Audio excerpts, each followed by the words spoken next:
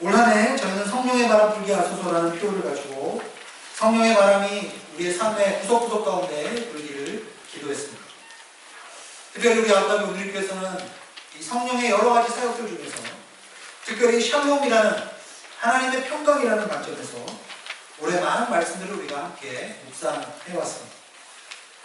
하나님과의 관계의 회복, 이웃과의 관계의 회복, 세상과의 관계의 회복을 통해서 정말 이 세상 가운데서 우리의 힘으로는, 물론 우리가 노력은 할 수 있지만 우리의 힘으로 온전히 이룰 수 없는 그러한 십자가의 그 주님의 회복과 화해와 일치의 사역이 우리의 삶 가운데 나타나기를 기도했습니다.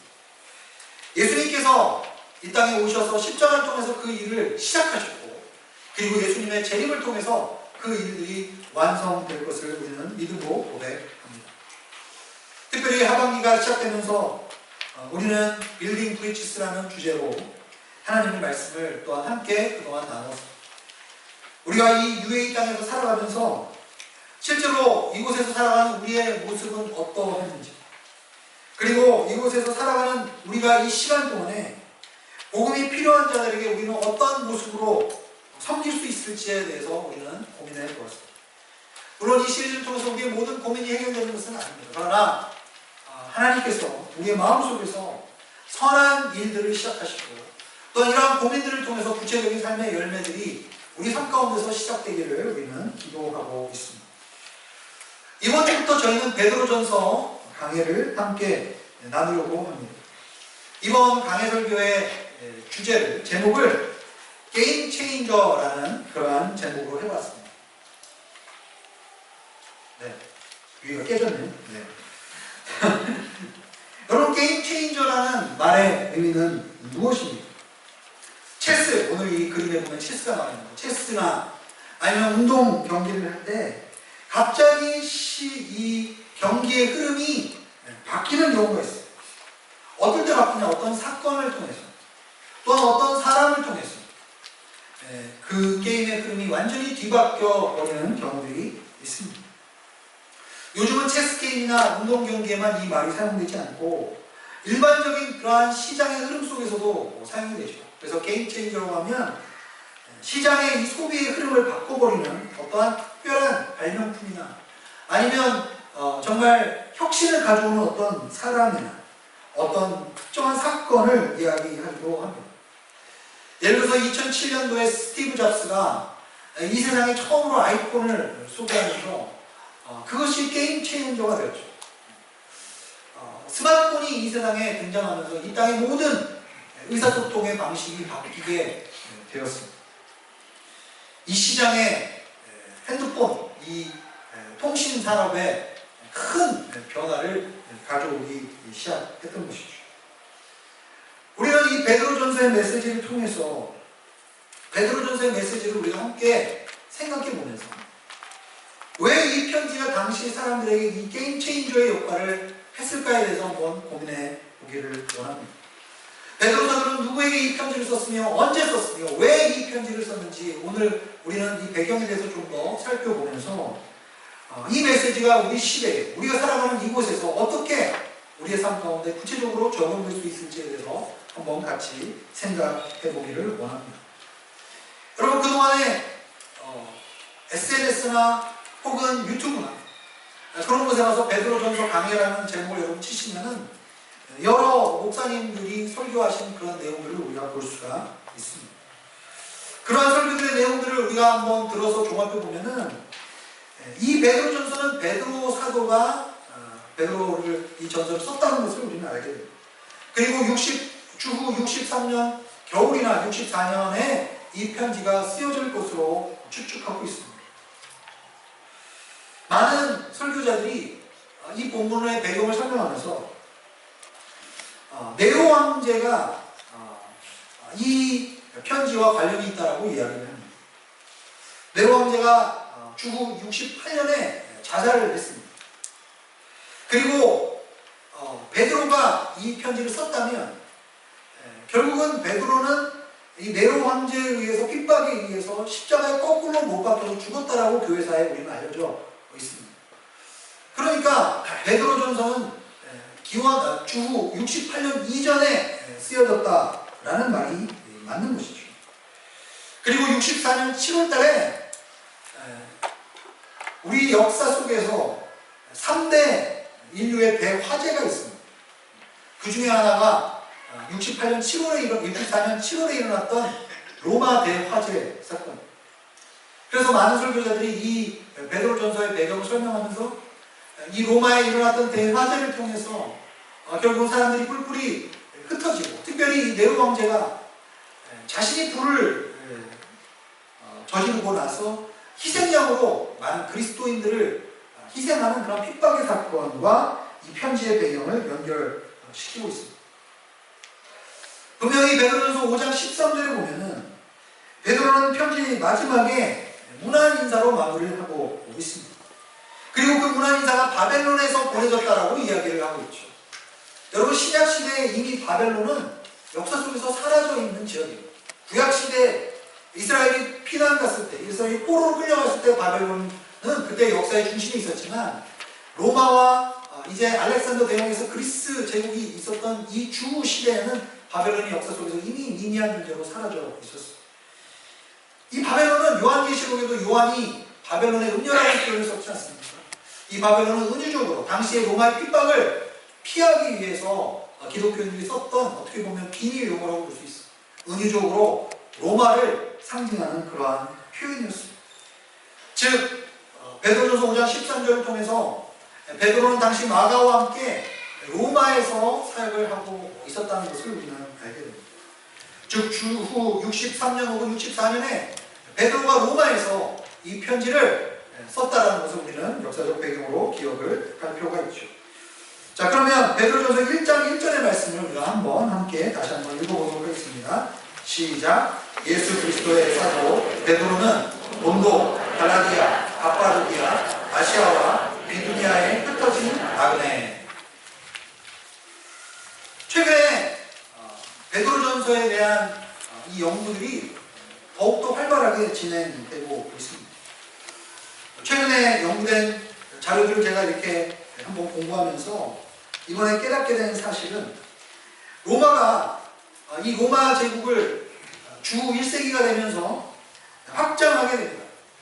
그리고 그 로마의 식민 지배 확장에 가장 공헌을 했던 황제 두 사람이 있는데, 그 황제는 아우구스투스와 두 번째는 클라우디우스 황제입니다. 이 클라우디우스 황제는 성경에는 글라우디오 황제라고 나타나겠죠. 사도행전 18장에도 그 황제 이름이 나와 있습니다. 이 두 황제가 적극적으로 이탈리아를 넘어서 다른 민족과 다른 지역의 도시들을 건설하고 로마의 식민 지배를 확장하는 그러한 역할을 했습니다. 특별히 주후 41년에서 54년에 살았던 이 글라우디우 황제 시절에 이 베드로전서 1장 1절에 나오는 이 5개의 지역이 로마의 식민지로 편입이 되었습니다. 이 지역들은 다 현재로 말하면 소아시아 지역, 즉 우리 지금 현재 터키 지역에 있었던 그러한 도시들이었습니다. 로마는 식민정책을 어떤 방식으로 썼느냐, 로마의 권력의 핵심부에 있지 않고 권력의 핵심 주변부에 있는 사람들을 200명 혹은 300명 단위로 이러한 지역들의 이제 시민 지배를 위해서 파견하는 그러한 일들을 했습니다. 이들은 로마 시민이기도 한 사람도 있었고 로마 시민이 아직 되지 않은 사람도 있었어요. 그러나 이들의 공통점은 다 로마의 이 권력의 핵심부에 들어가기 위해서 물불을 가리지 않는, 정말 간절히 로마 그 권력의 중심부로 들어가기를 원했던 그런 사람들이었어요. 그래서 로마가 원하는 것은 무엇이든지 할 수 있는 아주 충성스러운 사람들을 선별해서 정치적인 목적으로 그러한 지역들에 파견을 했습니다. 로마는 그리고 또한 그런 도시들이 대부분 상업의 중심지요, 로마의 교통 묘지에 위치하고 있는 도시들이었기 때문에 이 지역들을 로마의 색깔을 입히기 위해서, 또한 로마 사람들 중에서 상업을 하는 사람들, 그리고 여러 가지 기술을 있는 사람들을 그 지역에 강제로 이주시키는 일들이 있었습니다. 때로는 본토인들, 그 지역에 이미 살고 있는 사람들에게 로마의 시민권이나 로마의 지배 특권을 부여함으로써 로마에 충성스럽게 충성할 수 있는 그러한 특정 사람들을 또한 그곳에 또한 회유하기도 했습니다. 때로는 로마에 문제가 있어서 로마에 반항을 해서 로마의 정치적인 이유로 로마가 분리시키고 흩어버려서 이러한 지역의 사람들, 일부 사람들을 또한 보내는 그러한 일들도 있었다라고 학자들은, 역사학자들은 보고 있습니다. 즉 베드로전서 1장 1절에 나오는 이 소아시아 터키 지역에 있던 이 5가지 도시들은 로마의 속국이 되는 이러한 일련의 과정들을 통해서 수많은 외국인들이 다양한 목적을 가지고 이 지역에 유입이 되었고, 그리고 이 지역에 이미 살고 있던 토착민들과 갈등과 충돌의 요인이 있었다는 것을 우리가 짐작할 수 있습니다. 전쟁이라든지 기근이라든지 정치적인 목적이라든지 경제적인 이유로 이주민들, 외국 사람들의 출입이 빈번했던 그러한 지역들이었습니다. 로마 입장에서는 이 5개의 지역들은 정치적으로, 경제적인 이유로 절대 포기할 수 없는 그러한 지역이었습니다. 오순절 성령 강림 사건을 통해서 이 지역들에 있던 사람들이 예루살렘에 와서 성령 체험을 하고, 그리고 그 이후에 이곳으로 흩어져서 이곳에 초기부터 믿는 자들의 공동체들이 있었다는 것을 역사는 보여주고 있습니다. 아울러서 바울이나 베드로의 사역을 통해서 예수님을 믿고 흩어지게 된 이방인들, 때로는 스데반의 순교 사건을 통해서, 아니면 네로의 핍박이나 혹은 글라우디오 황제가 주 50년에 로마에 있는 유대인들을 축출하면서 로마에 있는 유대인들, 브리스킬로와 아굴라 같은 사람들이 이제 추방당하는 그런 일들을 통해서 이런 지역에 사람들이 유입되게 됩니다. 베드로전서 1장 1절에는 이 지역에 흩어져서 디아스포라로 살아가는 사람들의 정체성을 무엇이라고 표현했습니까? 오늘 개역개정 성경에 보면 나그네라는 표현을 썼습니다. 나그네는 여러분 어떤 존재들입니까? 정체 없이 떠돌아다니는 존재가 나그네입니다. 그러나 여러분 원어로 우리가 영어 성경이나 원어 성경을 우리가 참조하면 나그네라는 표현보다는 좀 더 적절한 표현은 이주민이라는 표현이 맞습니다. 영어 성경에 보면 resident alien이라는 뜻을 씁니다. 그럼 우리 아부다비에 우리가 지금 살아가고 있는 신분이 resident alien입니다. 외국 이주민. 그죠? 일정 기간 외국인으로서 타국에서 거주하고 있는 거주자들, 그죠? 떠돌이가 아니라 이곳에 거주하고 있는 외국인들. 그러나 절대로 이곳에서 시민권을 주지 않지 않습니까? 아부다비에서 30년을 가든 40년을 가든 아직까지는, 그죠? 몇 명의 특별한 경우를 제외하고는 시민권이나 영주권을 주지 않아요. 우리는 계속 resident alien으로 이곳에서 살아갑니다. 최근에 어떤 학자들은 이 베드로전서를 연구하면서 어떤 주장을 하게 되냐면, 베드로전서의 전체적인 문맥과 역사적 상황을 고려할 때 나그네라는 표현보다는 당시에 이 지역에서 흩어져 살았던 사람들은 난민에 가깝다, 난민이라고 보아야 된다고 주장하는 사람들도 있습니다. 여러분 어떻게 생각하십니까? 이들이 나그네일까요? 난민일까요? 이주민일까요? 아니면 이민자들일까요? 아니면 나는 주재원인데요, 이렇게 얘기하시는 분도 있을 텐데. 여러분, 디아스포라로, 외국에서 이주민으로, 이민자로, 나그네로 살아가는 사람들의 어려움은 무엇입니까? 디아스포라로, 이주민으로 외국 땅에서 살아가는 사람들에게는 항상 마음의 부담과 짐이 있는 것 같습니다. 항상 우리가 생각하는 질문이 이거죠. 내가 본국에 있었더라, 내가 6기간에 한국에 있었더라면 나는 얼마나 좋았을까? 분명히 한국에서 살았으면, 내가 분명히 내 본국에서 있었다면, 그 시간 동안에 내가 뭔가 열심히 노력하고 터전을 이뤘다면 뭔가 안정적으로 지금 어느 정도 자리를 잡았을 텐데, 아니면 내가 본국에 살았더라면 뭔가 내가 오랜 시간 동안에 의미 있는 일을 했으면 뭔가 내가 이제 시간이 지나면 뭔가를 이뤘을 것이고, 뭔가 선한 일을 계획했을 것이고, 그리고 인정도 받았을 것이고, 그리고 내 이후 노후에 대해서 어느 정도 그림도 그릴 수 있고 예측도 가능하고, 그리고 안정된 터전을 꾸릴 수 있었을 텐데, 내가 여기에서 이렇게 정처 없이 또 돌아다니면서 아직도 헤매고 있구나, 이런 생각을 하게 되는 경우들이 있는 것 같습니다. 물론 요즘에 공국에 가면 또 그렇게 자리가 잘 잡히는 것 같지는 않습니다만 어쨌든 이주민들에게 이러한 생각이 있습니다. 내가 과연 여기서 이렇게 열심히 일할 이유가 무엇인가? 어차피 난 좀 있으면 떠날 사람인데 언제 갈지 모르는데 내가 여기서 계획하고 열심히 일하고 노력하고 여기서 뭔가를 해야 될 의미가 뭐가 있을까? 어차피 나는 열심히 여기서 일해봤자 로마의 중심부에 들어가긴 어려운데 내가 지금 여기서 뭐 하고 있나? 내가 여기서 뭔가를 이렇게 열심히 일해서 뭔가를 구축하고 이루어낸 것에 대해서 어느 날 갑자기 로컬들이 싹 잃어버리면 끝인데, 그리고 로마의 중심부에 와 있는 사람들을 통해서 계속 여기서 내가 멸시당하고 천대당하고 무시당하고 이러고 사는데 내가 여기서 왜 살아야 하나?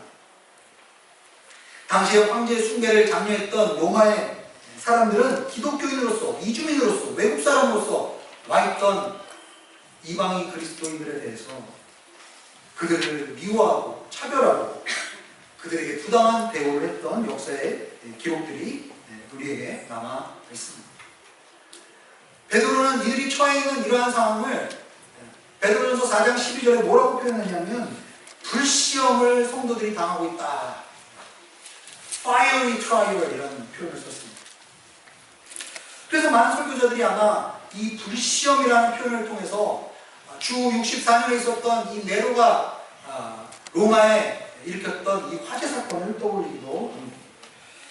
그러나 오늘 우리가 역사를 공부해보면 글라우디오 황제 시절부터 이미 이 지역에는 많은 이주민들이 여러 가지 이유로 이곳에 와서 살고 있었습니다. 그리고 사회적인 차별과 여러 가지 어려움들을 이미 로마 네로 황제 이전부터 겪고 있었습니다. 물론 네로의 핍박도 있었죠. 그러나 역사적인 사건을 보면 사실은 우리가 불시험이라고 생각할 수 있는 전방위적인 모든 지역에 그리스도인들을 잡아서 처형하고 그리고 사자굴에 집어넣고 그리고 핍박했던 사실 전체적인 핍박은 주후 95년 도미티안 황제부터 사실 실제적으로 시작이 됩니다. 네로 황제의 핍박은 부분적이었고 일시적이었던 것으로 역사는 기억하고 있는 것이죠.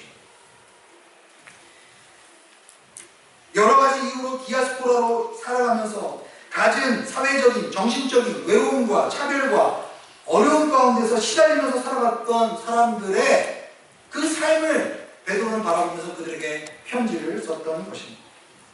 어떻게 보면 지금 이 아부다비 땅에서 이주민, 레지던 에일리언으로 살아가는 우리들의 상황에 하나님께서 말씀하시는 그 비슷한 상황이 우리에게, 이 말씀이 우리에게 해당되지 않을까라는 생각을 해보게 됩니다.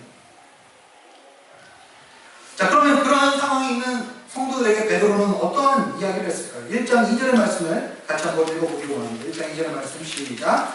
곧 하나님 아버지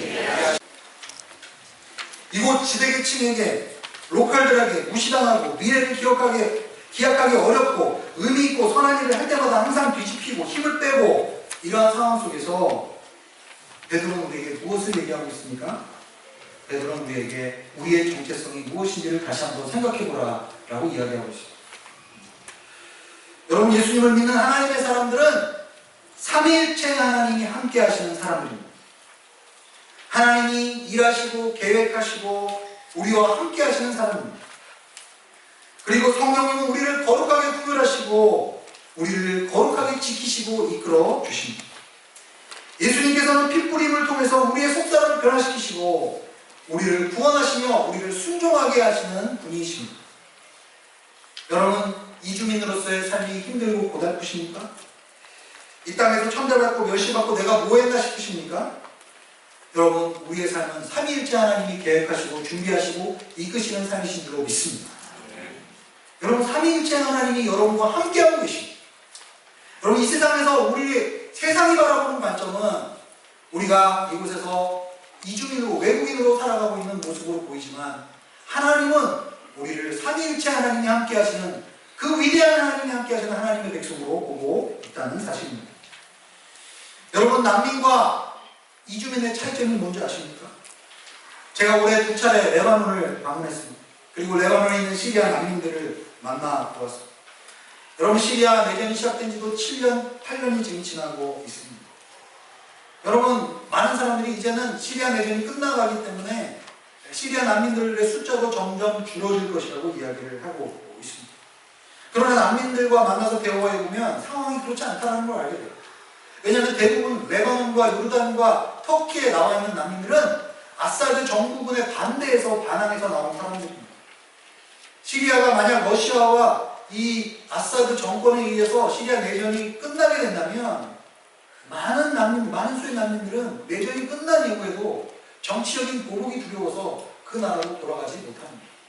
그리고 시리아는 철저하게 지금 모든 기관시설이 파괴되었기 때문에 당장 지금 돌아가서 먹고 살 일이 막막합니다.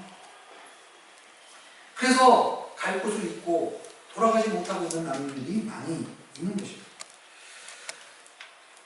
레바논의 베카빌리에 가면 1100개가 넘는 텐트촌이 있어요. 이 겨울에도 텐트에서 난민들은 살아가고 있습니다. 우리가 겉으로 보기에는 텐트에 살고 있는 난민들은 경제적으로 무척 가난할 것이라고 생각합니다. 물론 가난한 사람들도 많이 있어요. 최근에도 산맥을 넘어서 시리아에서 난민으로 넘어오는 시리아 난민들이 아직도 레바논에 들어오고 있어요. 유입되고 있어요. 그러나 7년, 8년 동안 거기서 농사를 지으면서 직장 다니면서 텐트에 사는 사람들은 돈이 많은 난민들도 있어요. 알짜 난민들도 있습니다. 텐트에 살기 때문에 여전히 과수원이나 이 농장에 취직돼서 살 수 있기 때문에 그러한 이유 때문에 일부러 텐트에서 살아가는 사람들도 있습니다. 여러분, 그들의 문제는 무엇입니까? 물론 경제적으로 어려운 문제도 있습니다. 그러나 요즘 난민들은 이제는 정서적인, 정신적인, 영적인 문제가 심각하다고 선교사님들은 이야기하고 있습니다. 미래에 대한 기약도 없습니다. 보장도 없습니다. 돌아갈 것도 없습니다. 기억해주는 사람도 없습니다. 레바논 현지 사람들에게 무시당하고 천대받고 본토로 돌아갈 수도 없고 그저 매일매일 똑같은 삶을 반복할 뿐입니다. 재미도 없고 보람도 없고 의미도 없습니다. 미래도 없습니다. 그래서 많은 난민들이 술에 손을 대고 마약을 접하고 심각한 성적인 타락의 문제를 겪고 있는 난민들이 있습니다.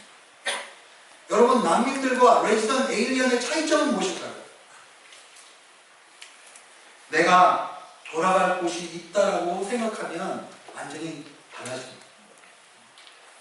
그죠? 난민들은 돌아갈 곳이 없다라고 여겨지면 나에게 앞으로의 희망이, 미래를 볼 소망이 없다라고 느껴지면 그 삶은 참담한 것입니다. 그러나 내가 여기서 아무리 힘들어도 돌아갈 고국이 있고 돌아갈 내 집이 있다고 생각하면 나에게 큰 소망과 희망이 있습니다. 여러분, 시리아 난민들에게 나는 누구인가? 나는 어떠한 사람인가? 나는 누구에게 속해 있는가? 나의 운명은 앞으로 어떻게 전개될 것인가? 이것을 복음의 그 좋은 소식을 통해서 알려주는 것이 우리에게 필요합니다. 베드로는 지금 1장 2절에서 우리에게 이것을 분명히 인식하고 시작하라고 이야기해 주고 있습니다. 그리고 하나님의 그 삼위일체 하나님의 함께 하심을 통해서 그들에게 그러한 것이 있다는 것을 아는 사람들에게는 어떠한 인사가 나옵니까? 은혜와 평강이 있다는 것입니다. 우리 옆에 분들에게 한번 얘기해 보실까요? 은혜와 평강이 있기를 바랍니다. 베드로전서 1장 3절에서 12절의 말씀은 사실은 헬라어 원어로 보면 한 문장입니다. 사실 헬라어는 가끔 길게 문장을 늘어 쓰는 경우가 있어요. 분사를 계속 반복해서 그래서 긴 한 문장을 쓰는 경우들이 있습니다. 그러나 이것을 외국어로 번역할 때는 하나하나 이제 잘라서 번역하는 경우가 있습니다. 여러분, 이 전체 3절부터 12절에 동사, 주동사가 딱 하나 나오는데 그 주동사가 무엇인가? 8절에 보면 예수 그리스도를 보지 못하였으나 사랑하는도다. 예수 그리스도를 보지 못하였으나 믿고 말할 수 없는 영광스러운 즐거움으로 기뻐한다. 이것이 주동사입니다. 우리가 시험에 이르러서 그러나 고민할 수밖에 없으나 우리는 예수님을 보지 못하였으나 기뻐하는도다. 즐거움으로 충만하도다. 이것이 이 전체 오늘 우리 설교의 가장 핵심 동사입니다. 그렇다면 그러한 시련과 어려움 속에서 이주민으로 근로자로 살아가면서 어려운 상황 속에서 우리가 그러한 존재이면서도 게임 체인저로서 우리가 살아갈 수 있는 비결은 무엇입니까? 3절과 4절 말씀을 한번 같이 읽어보도록 하겠습니다. 3절과 4절 시작. 우리 구주 예수 그리스도의 부활로 말미암아 우리가 거듭나게 되었고 그리고 우리가 거듭났기 때문에 우리에게는 산 소망이 있다라고 말씀하고 있습니다. 여러분, 세상에서 이야기하는 그냥 희망과 베드로가 지금 여기서 얘기하는 산 소망의 차이점은 무엇일까요? 희망은 그냥 긍정적으로 그래 미래 그냥 잘 되겠지 라고 어렴풋이 추측하고 긍정적으로 생각하는 것이 희망이라고 할 수 있습니다. Don't worry, be happy. 그러나 산 소망은 예수 그리스도께서 십자가에서 우리를 위해서 죽으셨고 부활하셨고 그리고 다시 죄인으로 오셔서 이 땅을 온전히 회복시킬 것이라는 그 하나님의 말씀의 근거에서, 말씀의 약속의 근거에서 가지게 되는 미래에 대한 확실한 기대와 소망을 이야기합니다. 여러분, 이 산소망이 어디서 생긴다고 얘기했습니까? 예수님의 부활로 인해서 우리가 거듭나게 되었을 때 생기는 소망이 산소망이라고 이야기하고 있습니다. 여러분, 이 산소망에 대해서 이야기하는 베드로의 인생에 대해서 우리가 한번 기억해 보기를 원합니다. 여러분, 베드로는 어떠한 인생을 살았습니까? 자신의 힘과 열정으로 예수님을, 가족을 떠나서 모든 것을, 어부로서의 모든 삶을 정리하고 예수님을 따라다니는 삶을 살았습니다. 그러나 결정적인 순간에 예수님을 3번 부인했고, 그리고 절망과 죄책감과 그리고 허망함 속에서 갈릴리로 다시 돌아가서 어부의 삶을 살려고 했습니다. 소망도 잃어버리고 미래에 대한 그러한 것들도 다 잊어버리고, 그리고 우울감에 무력감에 사로잡혀서 살아갔던 베드로의 삶을 여러분은 기억하실 것입니다. 그런 베드로가 어느 날 십자가에서 부활하신 주님을 다시 만나게 되었습니다. 그리고 그렇게 우울감과 무력감과 죄책감 속에서 신음하고 있던 베드로에게 예수님은 찾아오셔서 베드로의 눈을 보시면서 말씀하셨어요. 시몬아, 내가 너를 사랑하느냐? 네가 나를 사랑하느냐? 그때 베드로는 3번에 걸쳐서 제가 주님을 사랑하는 것을 주님께서 아십니다. 3번에 걸쳐서 예수님은 베드로에게 용서의 은혜를 베풀어 주십니다. 그리고 예수님은 그 베드로가 죄책감과 우울감과 허망감 가운데서 빠져나올 수 있도록 그를 용서하고 그를 새롭게 일으켜 주실 것뿐만 아니라 내 양을 먹이라, 내 양을 치라, 내 양을 먹이라는 3번의 말씀을 통해서 베드로의 인생의 부르심이 무엇인가, 베드로가 앞으로 어떠한 삶을 살아야 되는가에 대해서 명확하게 말씀해 주셨습니다. 여러분, 부활하신 예수 그리스도를 다시 만나게 되는 축복이 저와 여러분 가운데 있기를 주의 이름으로 축복합니다. 부활하신 주님을 만나면 우리의 삶 가운데 인생의 산 소망이 열리게 되는 줄로 믿습니다. 여러분, 우리가 예수 그리스도 안에서 새롭게 태어난다는 것은 무엇을 의미합니까? 우리가 이 땅을 살아가면서 천국의 삶이 이 땅 가운데서 시작되는 것을 의미합니다. 여러분, 난민들처럼 갈 데를 모르고 내가 누구인지도 모르고 어디로 가야 되는지도 모르고 이 땅에서 의미 없이 계속적으로 반복되어지는 삶을 그냥 살아가고 있다면 이곳에서의 삶이 바로 지옥의 삶일 것입니다. 그러나 우리는 하늘의 시민으로서 하늘의 가치를 가지고 하늘의 보내심을 받아서 이 땅 가운데 하늘을 향해서 매일매일 순례의 길을 행하고 있는 그러한 사람은 바로 이 땅에서 살아가면서 하늘을 이 땅에서 경험하고 하늘의 사람으로서 살아가는 산소망을 가진 존재라고 성경은 우리에게 격려하고 있는 것입니다. 우리는 마지막에 예비된 완성된 그 새하늘과 새 땅의 구원을 실제로 오늘 우리의 삶에서부터 시작하고 경험하기 시작하는 것입니다. 그리고 예수 그리스도를 통한 그 영혼의 구원의 완성이 이루어질 것이라는 것을 우리의 삶의 현재의 삶을 통해서 하루하루 더욱더 깊이 있게 믿게 되고 체험하게 되는 것입니다. 그러면 우리가 앞으로 완성될 그 하나님의 나라와 지금 우리가 우리의 삶 속에서 경험하기 시작한 이 하나님의 나라, 이 사이에 어떤 일이 있게 될 것인가? 5절에 보면 하나님은 능력으로 우리를 보호해 주신다고 말씀하고 있습니다. 7절에 보면 우리의 믿음을 하나님이 이 사이 가운데 불로 연단해 주셔서 금보다 더 귀하게 만들어 주신다라고 약속하고 있습니다. 여러분, 금을 연단하면은 금이 사라지는 것이 아니라 금 안에 있는 불순물들이 다 제거하게 됩니다. 그리고 금이 희하게 번쩍번쩍 빛이 나게 되는 것입니다. 그리고 마지막 때에 예수님께서 재림하실 때에 우리가 주님 앞에서 영광과 칭찬과 존귀를 얻게 하신다라고 약속하고 계십니다. 이것이 하나님의 산 소망입니다. 그렇기 때문에 우리는 여러 가지 시험 가운데 잠시 흔들리고 근심할 수는 있습니다. 그러나 우리는 이러한 산 소망 때문에 크게 기뻐한다고 6절 말씀에 우리에게 증거하고 있는 것입니다.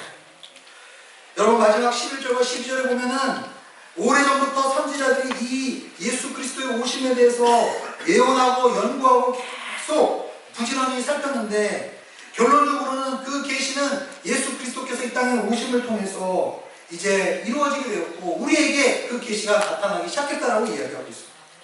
그리고 예수 그리스도의 영이 우리 가운데 말씀하시는 것은 우리도 예수 그리스도의 그 고난과 영광 가운데 함께 참여하게 될 것이라고 말씀하고 있습니다.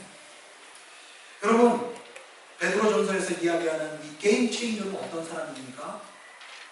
우리가 이주민으로, 외국인으로, 순례자로, 여행객으로 이 땅 가운데 우리가 살아가고 있지만, 그러나 우리는 예수 그리스도와 함께 하나님 나라의 소망을 가지고 예수 그리스도와 함께 그 고난과 영광에 함께 참여하는 하나님의 사람들이라는 것입니다. 이 땅을 우리가 두 발을 이 땅에 내고 살아가고 있지만, 그러나 우리는 천국을 바라보면서 하나님 나라를 꿈꾸면서 천국의 소망을 가지고 살아가는 존재입니다. 그리고 이 땅을 살아가면서 그 천국의 그 경험을 우리의 삶 속에서 실제로 경험하며, 그리고 그 천국의 소망을 가지고 이 땅을 살아가는 사람들입니다. 여러분, 하루하루의 삶 가운데 여러분의 삶은 어떠합니까? 여러분의 정체성은 어떠합니까? 여러분의 부르심은 어떠합니까? 여러분이 돌아갈 곳은 어디라고 생각하십니까? 여러분 가운데 하늘나라의 소망을 가지고, 이 땅 가운데 산 소망을 가지고 고난 속에서도 하나님을 바라보며 승리하는 주님의 귀한 백성들이 될 수 있기를 주의 이름으로 축원합니다. 기도하겠습니다.